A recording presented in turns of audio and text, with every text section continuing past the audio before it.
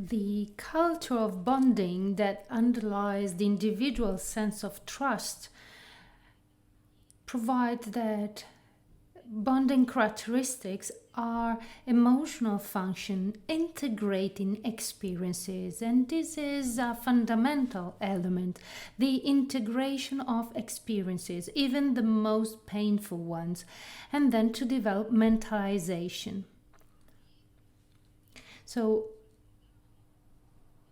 one thing that comes out of the bonding culture, and it is related, for example, to other theories like the psychoanalysis or the attachment theory and others that integrate several hints, allow us to think about being parents as a function of the mental life that is rooted in internalization, which is unconscious, and in memory that is conscious, of care that parents in turn received by their own parents, exactly as the child's identity that is formed through the extended family experience. So family considered as a transgenerational perspective, so grandparents and ancestors. And it stresses how much every single person interiorizes this in extended family experience, and sometimes even be obsessed by that. So the transgenerational bonding can degrade, can negatively impact on the best parenting skills today.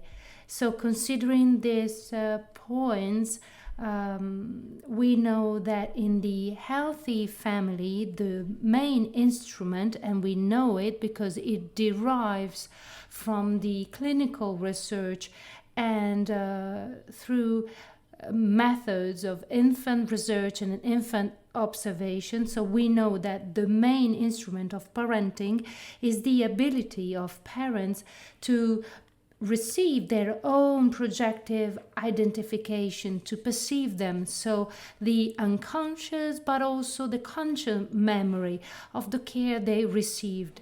And in the healthy family, this ability allows parents to use their own identification to give a mental space to the real child, accepting it as something different from them, therefore allowing him or her to feel good within the family. In the anti-bonding, so there is a break of mental bonding, so the bad part of oneself that can be in adults but also in the child is expelled. It is projected on the other person, and it is perceived as belonging to the other. Such deep mechanisms generate resentment instead of love, and they generate anti-bonds, breaking any bond that are characterized by trauma, violence, and abuse. The child is reified, it is broken, it is perceived into pieces, it is not perceived as a person.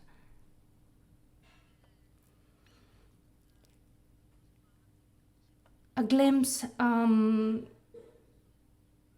not only of the child on the victim of abuse or the perpetrators or the conditions leading to child abuse, but also a glimpse on ourselves. And I hope this presentation can contribute to this glimpse, because we are the one observing the situation. We are there to deal with this pain, and it is a risk, because faced with the loss of such family bond, the urgency of trauma may urge operators, all of us, with different skills and abilities are working in this field, so it may urge to find concrete solutions without an appropriate emotional processing. And we shall not forget what is cross sector, so the fact of not underestimating the concept of secondary trauma. So look at the unwatchable and be there to react, to intervene, facing fear, pain, loneliness of the other, but also of ourselves. Figley in 1995 defined it as compassion fatigue, or the cost of caring, or the operator's burnout. So for sure we talk about the short and long-term effects, not only of the suffered violence, but also of the violence to which we assist to be able to intervene.